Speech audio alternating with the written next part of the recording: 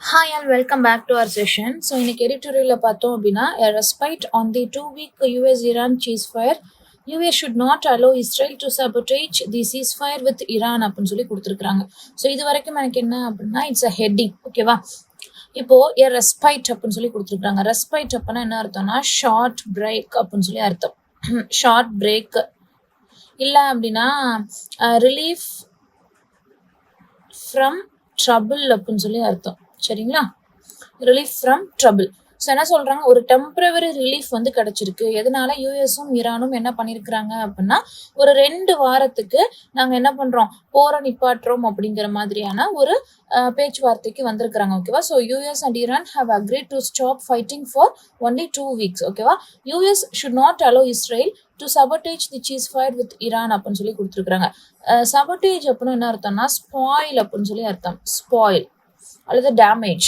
அப்போ யூஎஸ் என்ன பண்ணிடணும், கண்டிப்பான முறையில் இஸ்ரேல் வந்து ஈரான் கூட இந்த பீஸ் போய்கிட்டு இருக்குது இல்லையா, ஸோ இதை வந்து ஸ்பாயில் பண்ணிடக்கூடாது. அதை கண்டிப்பாக யூஎஸ் கண்டிப்பான முறையில் இஸ்ரேல் என்ன பண்ணிக்கணும், பார்த்துக்கணும் அப்படிங்கிற மாதிரி கொடுத்துருக்குறாங்க. So US must not let Israel spoil or break the peace agreement அப்படின்னு சொல்லி நம்ம சொல்லலாம்.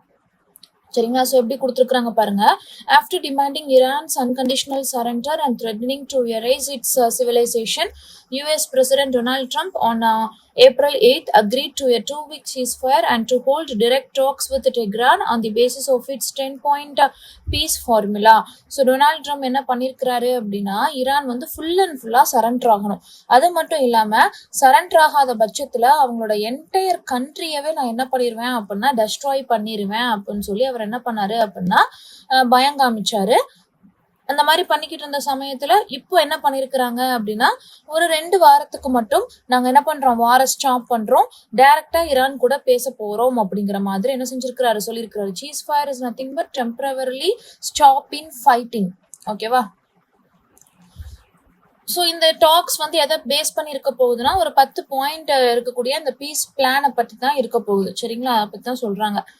அண்ட் அடுத்து பாருங்க, Iran has said that it will honour the truce. ஓகேவா? it will honor the truce and allow the safe passage of vehicles through the Strait of Hormuz. So Iran என்ன சொல்லியிருக்கிறாங்க, கண்டிப்பான முறையில் நாங்கள் அந்த ட்ரூஸ் பீஸ் சீஸ் ஃபயரை வந்து என்ன பண்ணுவோம், ரெஸ்பெக்ட் பண்ணுவோம். அது மட்டும் இல்லாமல் அந்த ஸ்ட்ரைட் ஆஃப் ஹார்மோஸ்க்கு போகக்கூடிய வெஹிக்கிள்ஸ் வந்து எப்படி போகும், சேஃபாக போகும், சேஃப் பேசேஜ் அப்படின்னு சொல்லி கொடுத்துருக்காங்க. சரிங்களா? No attacks while passing. Iran will allow ships to pass safely through this important sea route அப்படின்னு சொல்லி சொல்றாங்க. And this war need not have been launched in the first place.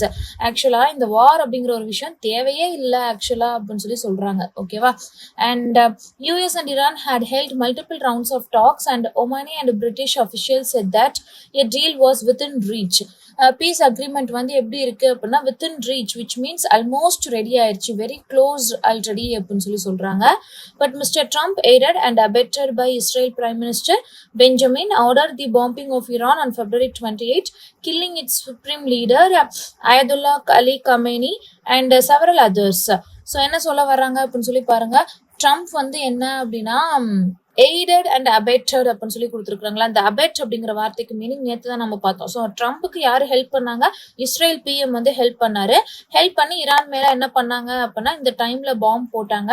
போட்டு அவங்களோட supreme leader and also several people and சில்ட்ரனை வந்து என்ன செஞ்சாங்க அப்படின்னா அட்டாக் பண்ணாங்க. They started the attack on Iran அப்படின்னு சொல்லி சொல்றாங்க. ஓகேவா? And Mr. Trump gravely miscalculated Iran's response. It's religionized the conflict by attacking US bases across the Gulf and dragged the global economy into it by taking control of the strait. Mr. Trump என்ன பண்ணாரு அப்படின்னா grave அப்படின்னா அது கல்லறை அப்படிங்கிறது ஒரு meaning, இன்னொரு meaning very serious அப்படின்னு சொல்லி அர்த்தம். அவர் என்ன பண்ணாரு, ஈரான் வந்து இந்த அளவுக்கு அவங்க போட்டி போடுவாங்க அப்படின்னு சொல்லி அவர் நினைக்கவே இல்லை. ஸோ ஈரான் என்ன பண்ணாங்க, பயங்கரமா யூஎஸ் பேஸை வந்து என்ன செஞ்சாங்க, across the gulf region attack பண்ணிட்டாங்க. அண்ட் ஆல்சோ அந்த ஸ்ட்ரெயிட் ஆஃப் ஹார்மோஸ் அப்படிங்கிற இம்பார்ட்டன்டான சீ ரூட்டை அவங்களோட கண்ட்ரோல்ல எடுத்து என்டையர் எக்கனாமியவே என்ன பண்ணிட்டாங்க அப்படின்னா ஆட வச்சுட்டாங்க. சரிங்களா? True, the US and Israel pulverized Iran over the past 40 days. So உண்மைதான். என்ன உண்மை அப்படின்னு சொல்லி பார்த்தீங்கன்னா கடந்த 40 நாளா ஒரு தீர்க்க முடியாத ஒரு பிரச்சனையை வந்து ஈரானுக்கு கொடுத்துருக்காங்க. பயங்கரமான ஒரு டேமேஜ், பல்வரைஸ்ட் அப்படின்னா பயங்கரமான ஒரு டேமேஜ். ஓகேவா? Yet the US did not have an easy option to reopen the strait. என்னதான் டேமேஜ் அவங்க பண்ணாலும் கூட, ஆனாலும் யூஎஸ்க்கு அந்த ஸ்ட்ரெயிட்டை ஓபன் பண்றதுக்கான வழியே இல்லை. Remarkably mister Trump central demand to end the war was Iran for Iran to reopen the strait that was open before he launched the war. முன்னாடியே ஓப்பன்ல இருந்த ஒரு ஸ்ட்ரைட் ஆஃப் ஹார்மோஸை வாரால அவங்க க்ளோஸ் பண்ணாங்க. மிஸ்டர் ட்ரம்ப்புக்கு வேற எந்த ஒரு வழியும் இல்லை, வாரை என் பண்றது மட்டும்தான் வழி to open that particular Hormuz of strait of Hormuz. ஓகேவா? அதுதான் இந்த இடத்துல கொடுத்துருக்காங்க. On day one of the war, Mr. Trump set several sweeping objectives, including destroying Iran's missile capabilities, its navy, nuclear program, and pursuing regime challenge.